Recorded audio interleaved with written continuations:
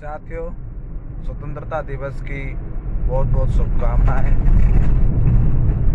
जीत classes अपने सभी छात्रों का, अपने सभी प्यारे बच्चों के उज्जवल भविष्य की कामना करता है। मेरे प्यारे बच्चों, मैं आज आपको एक संदेश देना चाहता हूं कि जब हम अपना तिरंगा फहराएं, अपने स्कूल में, अपने घर पे, अपने किसी भी सरकारी संस्थाओं में हम शामिल हों, प्रोग्राम करें, तो हम घर पहुंचने के बाद कम से कम 100 शब्दों में आज़ादी के ऊपर अपने दिल और दिमाग की बातें जरूर लिखें। वास्तव में आज़ादी एक इतना छोटा सा शब्द बन चुका है, इसका अभिप्राय मात्र किसी देश की राजनीतिक इच्छा शक्ति पर किसी विदेशी शासन का प्रभाव न होना ही माना जा रहा है। अर्थात यदि कोई देश अपनी राजनीतिक आवश्यकताएं, राजनीतिक निर्णय स्वयं ले रहा है, तो वह देश आजाद माना जा रहा है, स्वतंत्र माना जा रहा है। लेकिन साथियों, मेरे प्यारे बच्चों, यह शब्द इतना आसान और इतना छोटा नहीं है कि मात्र हम इसे इन शब्दों में समझ पाए। इसकी अभिव्यक्ति बहुत व्यापक है।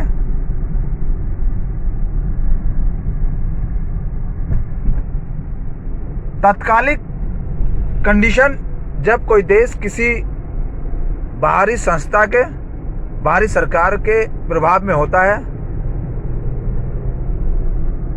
और उसे तात्कालिक राजनीतिक फ्रीडम मिलता है, तो वो आज़ादी उसके लिए बहुत बड़ी मायने रखती है। लेकिन दोस्तों, आज 78 वर्ष हो चुके हैं, हम समय से बहुत आगे आ चुके हैं।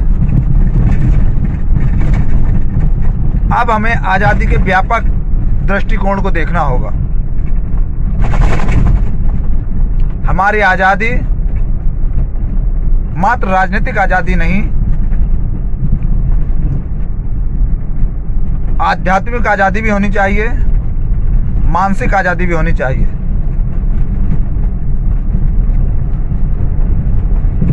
यदि हम कुछ पिछले वर्षों के आंकड़ों पर आकलन करें, तो हमारा देश एक मानसिक गुलामी में जी रहा है। उसका एक बहुत बड़ा वर्ग प्रभावित हो चुका है।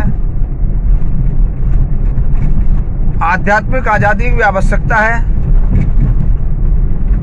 हमारा गुस्सा, क्रोध, द्वेष भावना, एक दूसरे के प्रति शत्रुता,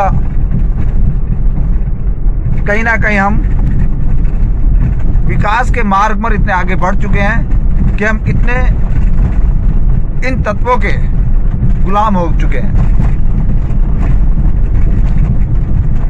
अब हमें राजनीतिक आज़ादी के साथ साथ अपने आप को देखना होगा, अपना मूल्यांकन, अपनी समीक्षा करनी होगी कि हम 78 वर्ष आज़ादी के समय 78वें स्वतंत्रता दिवस पर अपना मूल्यांकन स्वयं करें, देखें कि मैं किस चीज़ का गुलाम हूँ। मैं मानसिक गुलाम हूँ, आध्यात्मिक गुलाम हूँ या राजनीतिक गुलाम हूँ। हमारे देश में एक स्वस्थ लोकतंत्र है। शायद दुनिया के किसी भी कोने में इस प्रकार का लोकतंत्र नहीं है। अर्थात हम राजनीतिक गुलाम नहीं है, हमें राजनीतिक स्वतंत्रता है, लेकिन हम आध्यात्मिक और मानसिक गुलाम बन चुके हैं। साथियों, हमें मूल्यांकन स्वयं ही करना होगा। ये दो विषय ऐसे हैं कि किसी दूसरे में बदलाव नहीं लाया जा सकता। ये स्वयं अपने आप में बदलाव लाना होगा। और मेरे प्यारे बच्चों, जैसे हम रोज इन विषयों पर वार्ता करते ही रहते हैं, हम जब भी अपनी क्लास में बैठते हैं और कोई ना कोई टॉपिक होता है, तो हमारा कहीं ना कहीं हमें आज़ादी की तरफ लेकर जाता है। आज आपको 100 शब्दों में अपने मन के विचार, आज़ादी क्या है, क्या राजनीतिक आज़ादी तक ही हमें सीमित रहना चाहिए, या सरकार को हमारी आध्यात्मिक और मानसिक आज़ादी के लिए क्या क्या कदम उठाने चाहिए, और हमें स्वयं अपने आप में कितना बदलाव करना चाहिए। मेरे कमेंट बॉक्स में आप अपने विचार लिख सकते हैं। उससे पश्चात हम इस पर कल एक विस्तृत वार्ता करेंगे, चर्चा करेंगे। तब तक के लिए खुश रहिए, मस्त रहिए। जय हिंद, जय भारत।